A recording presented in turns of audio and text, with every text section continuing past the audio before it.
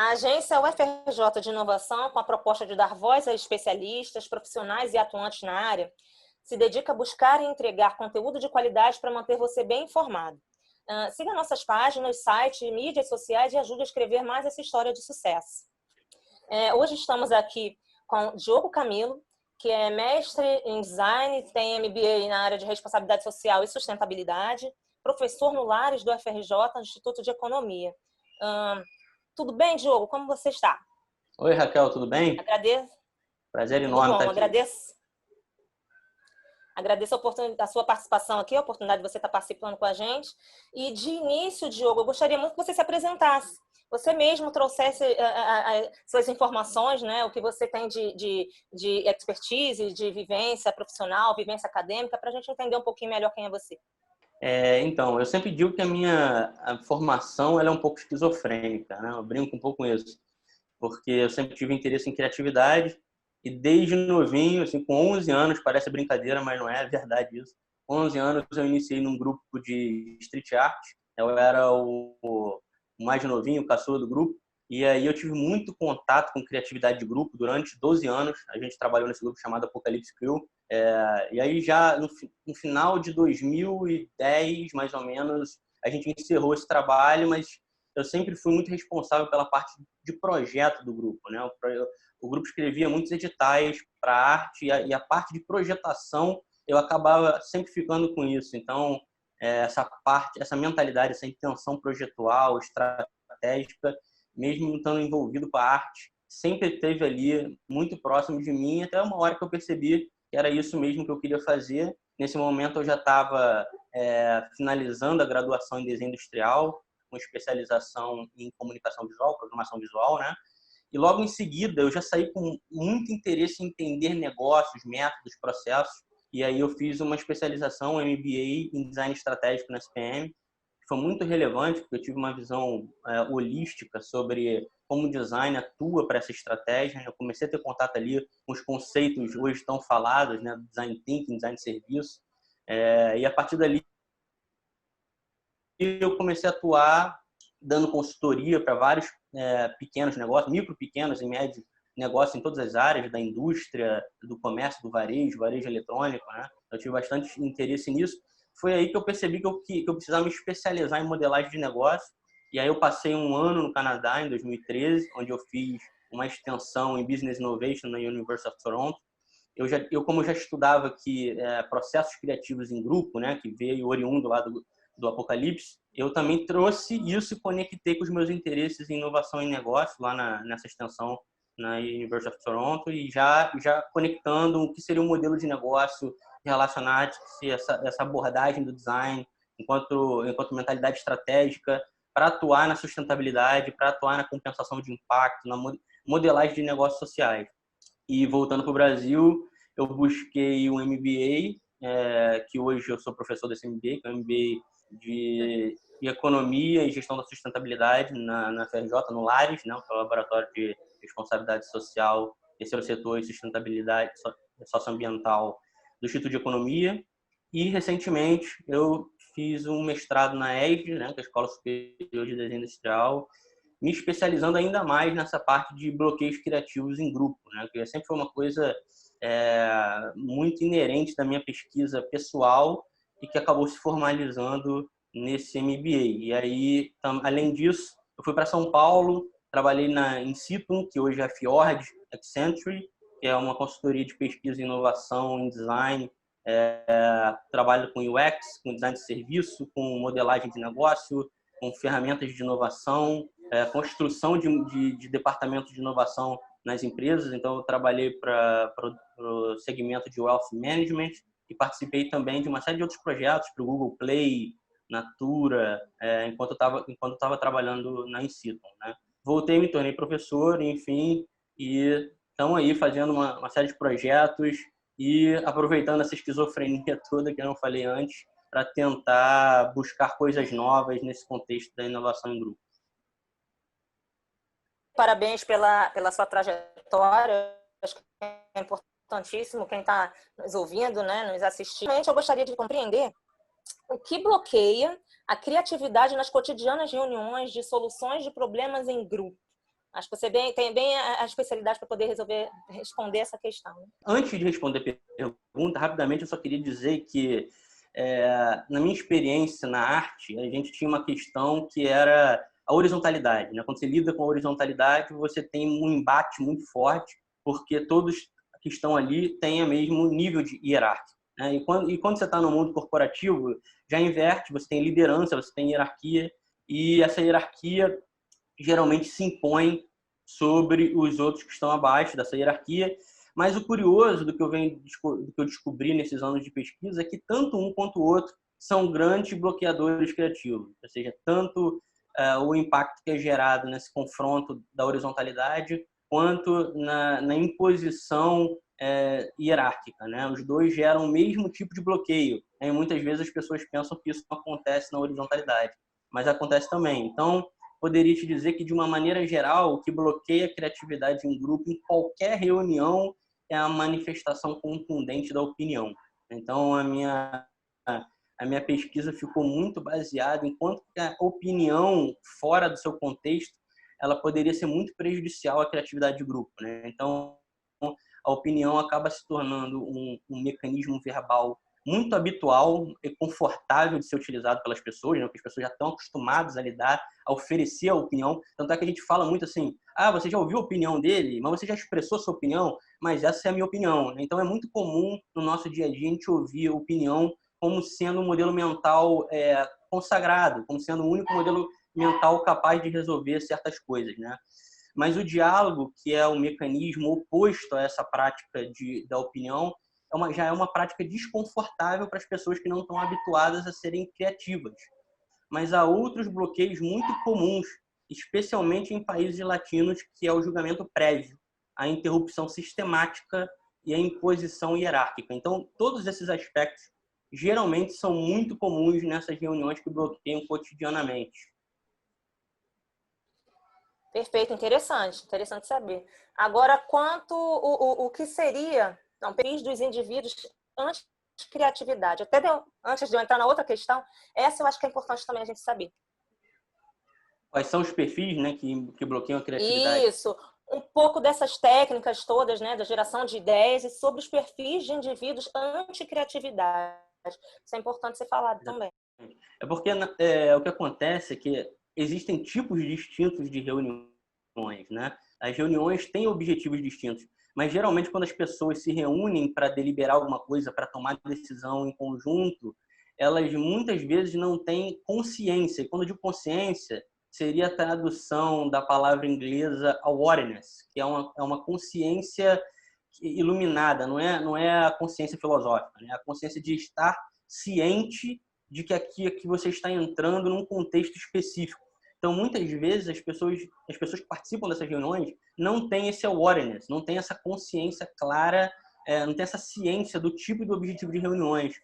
E aí você, usando da sua pessoalidade e principalmente do hábito social de expressar opiniões, você acaba se enquadrando sem querer num do que eu chamo dos 5 perfis ásperos ou subversivos da criatividade de grupo, né, que provavelmente em algum momento você vai se enxergar, eu digo você, qualquer indivíduo, né, que está nessa reunião e não tem a prática não bloqueadora, acaba se vendo em algum desses perfis. O primeiro deles é o perfil negativista, que é o perfil que utiliza negação constante. Então, alguém verbaliza algo, tu fala, não, isso não é possível, isso não vai dar certo, isso não é assim que funciona. Então, assim, antes mesmo de permitir com que essa experiência compartilhada ela se expanda, imediatamente você já reage negativando aquilo que está sendo falado, né?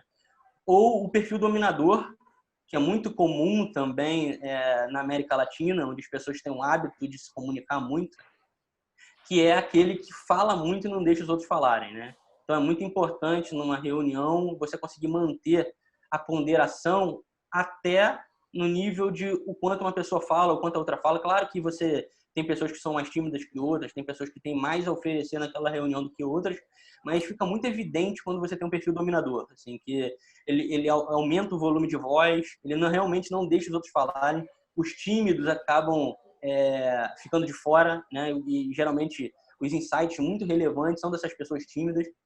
Então, é muito importante você não ter esse perfil dominador para que isso não aconteça e você possa ter aproveitamento do potencial criativo do teu time, né? E, assim, o que eu acho mais engraçado de todos, mas talvez seja o mais danoso, porque é algo que a gente pratica muito na América Latina e no Brasil, que é um perfil consentidor condicional, né? Que concorda sempre com contraponto, com objeção. E é muito sutil, porque você fala,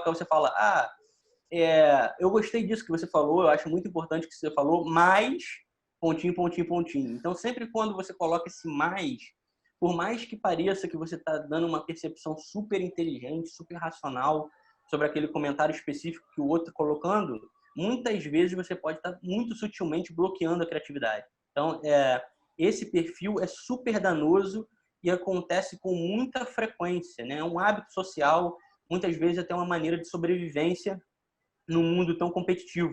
Então a gente acaba querendo mostrar que a gente sabe algo, ou que a gente tem uma posição, mas para que isso não fique evidente como um incômodo, a gente concorda antes, mas discordando com sutileza, né? Então isso é muito perigoso na criatividade de grupo. Outro perfil muito comum, mas mais comum entre cientistas acadêmicos, né?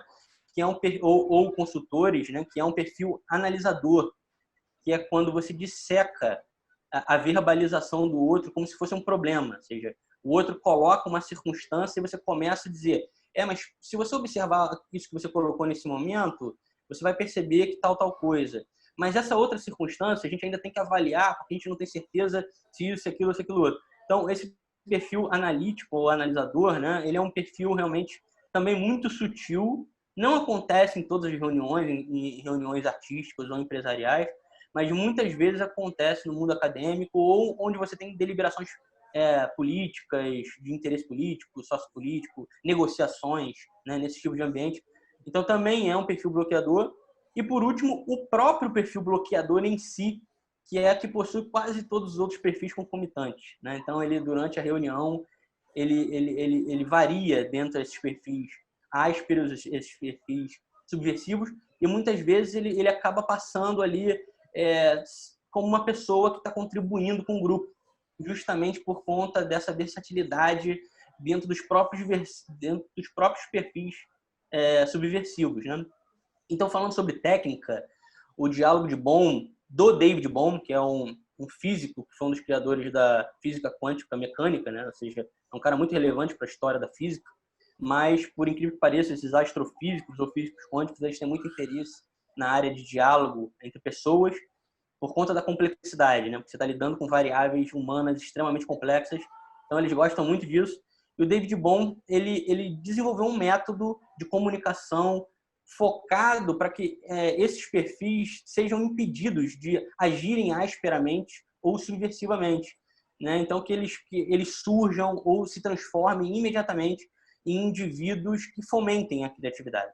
Então, sem você gerar um treinamento formal prévio, com algumas pequenas regras, você consegue inibir esse bloqueio, né? Ou seja, consegue transformar pessoas bloqueadoras em pessoas fomentadoras da criatividade. Então, a gente tem em mente que regras, muitas vezes, são limitadores ou bloqueadores. Mas no caso do grupo, da criatividade em grupo, não. Pequenas regras de diálogo fazem o oposto, né? Expandem a mente, permitem com que a experiência compartilhada aconteça, que haja acúmulo de discurso, ou seja, um complemente o outro.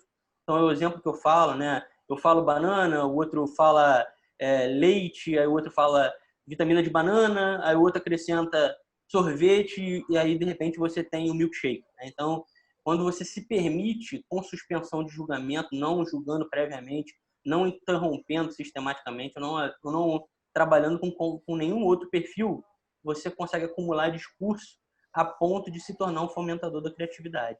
Nada como conversar com um especialista, né? Você está aqui falando, a gente está viajando, relembrando situações experienciadas, né? Porque isso faz parte do nosso cotidiano e muitas das vezes a gente não sabe como agir, né? Você está expondo uma ideia, ainda mais no ambiente de trabalho, enfim, chega alguém te corta.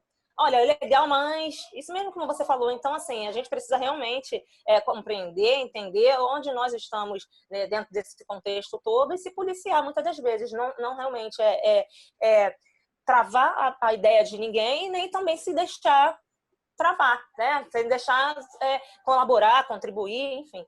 Agora eu gostaria, não é?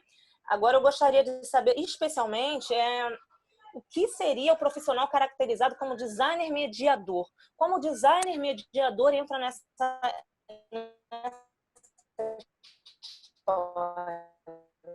esse profissional específico entra nessa história toda? Justamente em cima disso que você falou, são em ocasiões muito relevantes de tomada de decisão, onde muitas vezes você precisa realmente controlar os recursos humanos, assim, digo controlar no sentido de que você tem um aproveitamento daquela hora, né? Imagina que você tem 2 horas com várias pessoas difíceis de marcar, de estarem possíveis naquele momento, especialistas, enfim, sempre é difícil reunir pessoas, né? Pessoas que são especialistas naquilo ali.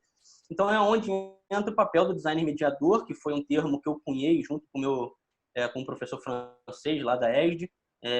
E aí a gente veio, né, veio na nossa mente esse termo designer mediador, mas no sentido desse designer projetador.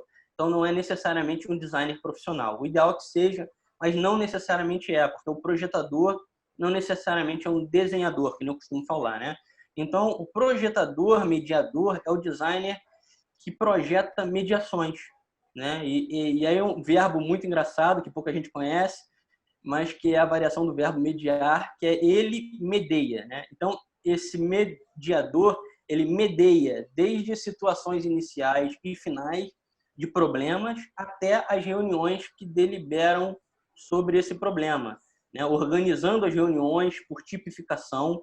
Então, um exemplo eu posso estar numa reunião com o objetivo de doutrinação, de ensino. Então, esse designer mediador vai ser responsável por projetar essa reunião de doutrinação ou uma reunião de deliberação que o objetivo é julgamento, é análise, ou o que eu estou mais falando aqui, que é a reunião de desenvolução, que eu chamo, que é a reunião de geração de alternativas criativas, né? Ou, por fim, reunião de negociação. Então, o mediador vai ficar responsável por compreender o objetivo dessa reunião, o tipo de reunião que ele precisa projetar e justamente como ele vai conduzir essa criação ou essa deliberação ou essa negociação durante essas reuniões, né? E isso tudo envolve processo criativo, né, que eu vou falar aqui. Então, o designer mediador, ele na verdade ele tem a capacidade de impedir as divagações que acontece quando você não tem uma liderança naquele processo, é uma liderança não autocrática que eu estou falando, né? É uma liderança que conduz as verbalizações da criatividade e que surgem intempéries no meio do processo, né, que podem ocorrer nesse processo criativo. Essas intempéries geralmente são originadas dos perfis subversivos que eu acabei de dizer anteriormente e muitas vezes são sutis, por isso precisam de um moderador sênior. Então, quando você tem reuniões muito relevantes, onde a deliberação é muito importante, você não vai ter como reproduzir aquela reunião, é fundamental que você tenha um designer mediador para projetar aquela reunião, para moderar o que acontece naquela reunião e conseguir potencializar, fomentar os perfis que estão ali reunidos, né? Convertendo alguns perfis subversivos, alguns possíveis perfis subversivos, em perfis fomentadores. E esse processo criativo também confunde muito quando se fala em processo criativo, porque diversas áreas falam sobre isso, né? Diversos campos do conhecimento falam sobre o processo criativo, mas a área da criatividade planejada, quando se refere a processo criativo, está falando de algumas etapas, né? Ou de processos cognitivos que acontecem durante esse momento, que é a identificação do problema que está acontecendo naquela situação projetual, que é a análise do problema, dissecar o problema. Então, o designer mediador vai fazer isso. A preparação desse processo criativo, que é a análise do cenário e a construção do tão chamado briefing, mas que eu chamo de ROP, R-O-P, ROS de orientação projetual, que permite você conseguir entender quais os atributos, as restrições e o que precisa ser verificado nesse processo de preparação inicial da criação, né? Da criação sistematizada, da criação planejada para a inovação. É um momento muito importante, que é muito negligenciado, que é o processo da incubação, que é quando você vai praticar atividades distintas que não têm a ver com o projeto, que ela pode ser voluntária ou involuntária, a incubação. Então, às vezes, ver televisão propositadamente ou ir até o mercado, enquanto você saiu da preparação, isso vai ajudar com que dê tempo para o teu cérebro incubar, que a gente fala, né? E conseguir fazer as neurogêneses, que são encontros, associações inusitadas, que às vezes você está enxergando uma coisa no mercado e você conecta com aquilo que você estava projetando anteriormente. Então, a incubação é fundamental para que você possa partir para a esquentação, que é definitivamente colocar a mão na massa, mas sem preocupado com uma precisão, né? Então, eu vou começar a esquentar da maneira que eu posso, tangibilizando aquelas ideias, criando protótipos visuais, com papel, com mapas mentais, com massinha, com Lego, com o que eu tiver à mão, eu conseguir tangibilizar, para que aí sim eu tenha a palavra iluminação, que é um insight, seria um insight em português, né? Para que eu consiga ter as minhas iluminações pontuais e aí eu consiga partir para a elaboração, que é onde eu tenho uma construção mais madura da ideia, mais algorítmica da ideia, né? Até que eu chegue na verificação final, que é o refino dessa ideia. Então, eu tenho uma ideia muito rica. Então, o designer mediador ele é responsável por cuidar desse processo todo, que todos os membros daquele processo criativo ou projetual não estão realmente observando isso. Eles estão livres para comunicar entre si, mas eles não estão preocupados como o processo criativo está sendo conduzido, né? Isso é responsabilidade do designer mediador. Perfeito. Acho que tem um pensamento, um raciocínio extremamente conclusivo, didático também. Como estrategista de design, né, acredita que o acompanhamento das mudanças de comportamento acelerada pelo Covid evidencia a urgência da transformação digital por parte dos negócios e projetos de inovação? Qual a sua opinião nesse sentido? Na verdade, aí é uma brincadeira, né? Não vou expressar minha opinião, mas vou tentar expressar a minha percepção. É uma brincadeira em cima do que eu tenho falado, justamente. Mas sim, eu tenho a percepção de que, sem dúvidas, o Covid acelerou uma necessidade por processos de digitalização no mundo inteiro, né? E é engraçado que isso gerou uma certa homogeneização das necessidades entre os países chamados emergentes, né? E também dos países industrialmente desenvolvidos. Então, em até certo ponto, essa digitalização alinhou, em alguns aspectos, essas necessidades. Então, é bem relevante focar no que eu não estou falando que alinhou em termos sociais, diminuiu a desigualdade, nada disso. O que eu estou falando é que eu percebo que teve um alinhamento em termos de nós temos que ter, por exemplo, a tecnologia bancária muito similar para fazer transação de dinheiro ou coisas do tipo, né? Então, esse Pix que está surgindo agora, com a oportunidade de tudo que está acontecendo. Mas o que eu vejo, o que eu acredito é que só a tecnologia não é suficiente para resolver os problemas gerados nos tempos atuais, né? Eu gosto de uma frase do Einstein, que pelo menos foi dita pelo Einstein, não tenho certeza, mas que eu gosto muito, eu acredito sim, que é que se ele tivesse 60 minutos para resolver um problema, ele ficaria 50 minutos tentando compreender o problema, né? Antes de tentar resolver. Então, o processo de resolução seria mais curto. Então, quando você pensa por essa ótica, a tecnologia, no sentido hardware, né, ou software, não fala por si só, porque você tem problemas que a gente gera que a gente não é capaz de resolver. E outra coisa que ele fala é isso, né? O número de problemas que a gente tende a gerar é muito maior do que a gente consegue resolver mesmo. Por isso que ele fala que ele precisa de 50 minutos de 60 para resolver o problema, né? Porque a gente tem uma capacidade de gerar muito mais problemas do que a gente consegue resolver. Então, nesse sentido, onde está a complexidade dos dados, né, as variáveis complexas, que a gente fala constantemente, eu acredito ser um assunto, um tópico muito importante desse período contemporâneo que a gente está vivendo, né?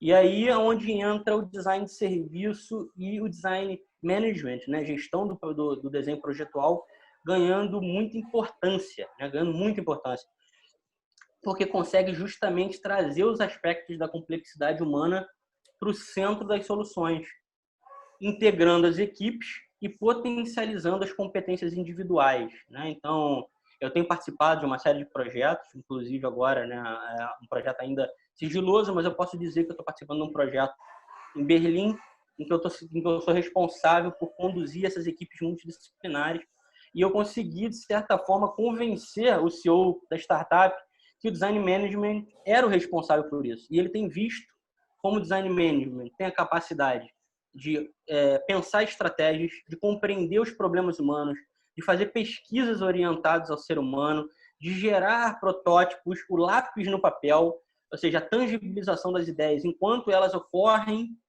facilita muito, potencializa muito. Eu tenho visto isso com engenheiros mecânicos, engenheiros de robótica, desenhistas industriais, todos trabalhando juntos com conhecimentos distintos, e como que todas essas técnicas operacionais, táticas procedimentais e ferramentas também operacionais, com todo esse conjunto, esse método, né?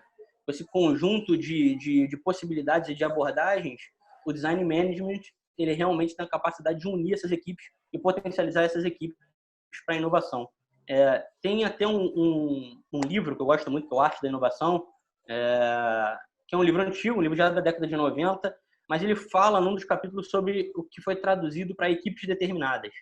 Então, para resumir tudo isso que eu estou falando, é que eu acredito que quando você não trabalha com perfis subversivos, mas quando você trabalha com uma gestão do design, com equipes, com times, equipes determinadas, que são justamente equipes treinadas a serem ponderadas, a serem sintéticas, a serem criativas, a serem dissociativas, né? Ou seja, consiga potencializar todas as competências humanas daquela equipe, essa equipe determinada, junto com essa gestão de design, tem um grande potencial para inovação. Né? Então, essa inovação que eu tenho visto, como você perguntou, através do Covid, a tecnologia ajuda, mas quando você compreende isso como sistema, como serviço, tendo uma visão holística, gerenciada por projeto, criativamente gerenciada por projeto, então a gente tem uma inovação sistêmica e que a gente pode visualizar holisticamente. Então, agora, de forma sucinta, as suas últimas considerações, mas a respeito da prática do uso dos modelos mentais nos modelos mais nos momentos, né? Nem nos modelos, nos momentos mais adequados. Você poderia explicitar para a gente melhor? Sim, bem brevemente, eu posso dizer que a gente tem que ficar constantemente de olho na dicotomia pensamento fragmentador e pensamento aglutinador, né? E como eu faço isso? Simplesmente me fazendo a pergunta: quando eu devo fragmentar percepções a fim de analisá-las? E quando eu preciso aglutinar percepções a fim de construir novos paradigmas?